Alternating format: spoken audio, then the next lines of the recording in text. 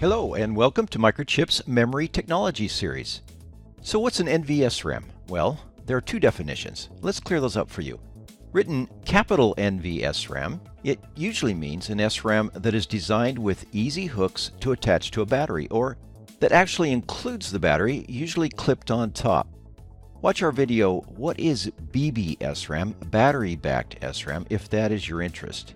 But written with a small nv, then nvSRAM is most likely the branding name for one of the first non-volatile solutions created back in 1987. The company that created this approach to making an SRAM non-volatile, which means not losing the SRAM content when power goes away, took a standard 6-transistor SRAM cell, like this one, and added right inside each memory cell a pair of floating gate transistors, just like those used in flash memory or EEPROMs today, here and here.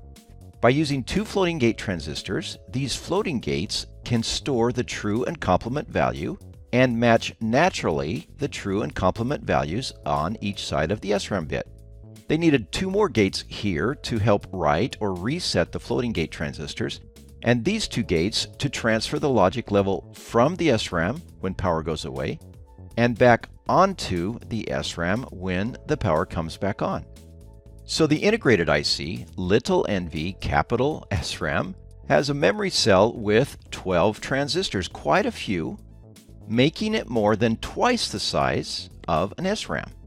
But by putting the floating gates right inside each memory cell, on any power disruption, the SRAM content can quickly be transferred to these non-volatile transistors.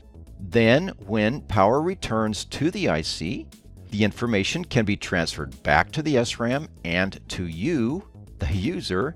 This SRAM that, like all SRAMs, lose data when power goes away, appears to be non-volatile.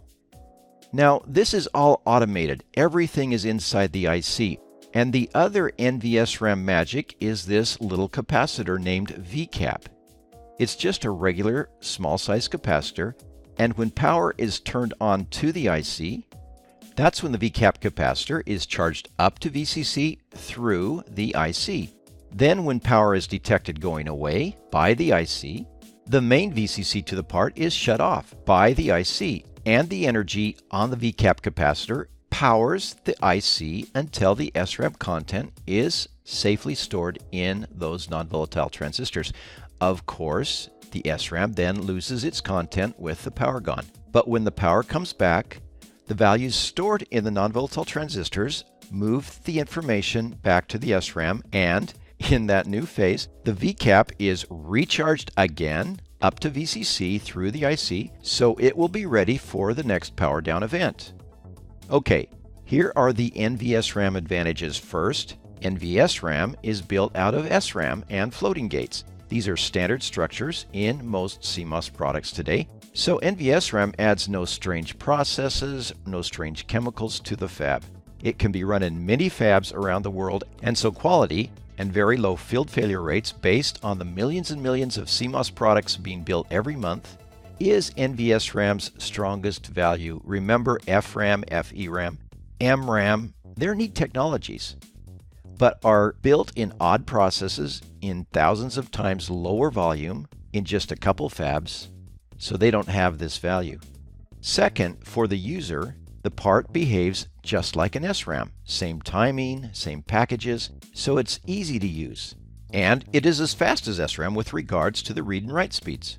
Reading and writing is infinite. You can do it forever, just like an SRAM, because the core is an SRAM. However, since floating gates are involved, the part can only see about 1 million power off, power on cycles before those gates could wear out.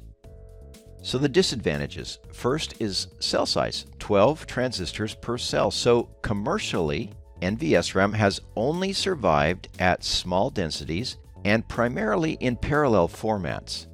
The price delta for nvSRAM over SRAM can be 2 times at the smallest densities and up to 6 or 10 times at the largest sizes like 16 megabits. The second disadvantage is the VCAP. Though a novel idea and tiny and reliable, it still consumes a pin. which means that an nvSRAM cannot be directly dropped into your current SRAM socket. See our other videos to learn more details about various memory technologies, terms, and other memory concepts.